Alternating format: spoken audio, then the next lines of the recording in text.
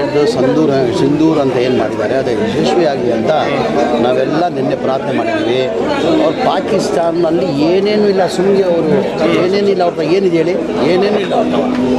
ಹಾಂ, ನಾವು ಯಶಸ್ವಿ ಆಗ್ತೀವಿ, 100 ನಾವು ಯಶಸ್ವಿ ಆಗ್ತೀವಿ. ಇನ್ನು ನಮ್ಮ ಸೈನಿಕರದು ಹೆಚ್ಚಿನ ಶಕ್ತಿ ಕೊಡಲಿ ಅಂತ ಭಗವಂತಂತವ ಅಲ್ಲಂತವ ನಾನು ಪ್ರಾರ್ಥನೆ ಮಾಡ್ತೀವಿ. ಇವತ್ತು ಕೇಂದ್ರ ಸರ್ಕಾರದಿಂದ ಒಳ್ಳೆ ನಿರ್ಧಾರ ತೊಗೊಂಡಿದ್ದಾರೆ.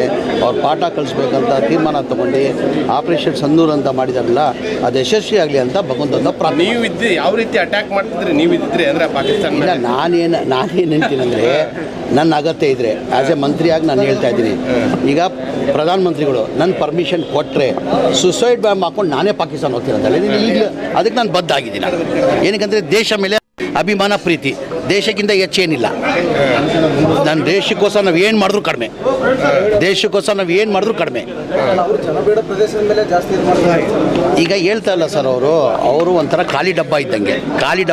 ನಾವು ಮನ್ಸು ಮಾಡಿದ್ರೆ 2 ದಿನ ಅಲ್ಲಿ ಪಾಕಿಸ್ತಾನ ನಿರ್ನಾಮ ಮಾಡ್ಬೋದು.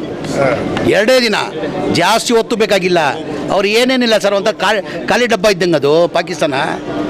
ಬರೀ ಹೂ ಅನ್ನೋದಷ್ಟೇ, ಒಳಗಡೆ ಡುಸ್ಪಟಾಕಿ ಅದು ಪಾಕಿಸ್ತಾನ. ಒಂದು ಟುಸ್ಪಟಾಕಿ ನಾವು ಮನ್ಸು ಮಾಡಿದ್ರೆ 2 ದಿನಕ್ಕೆ ಪಾಕಿಸ್ತಾನವ್ರನ್ನ ನಿರ್ನಾಮ ಮಾಡ್ಬೋದು.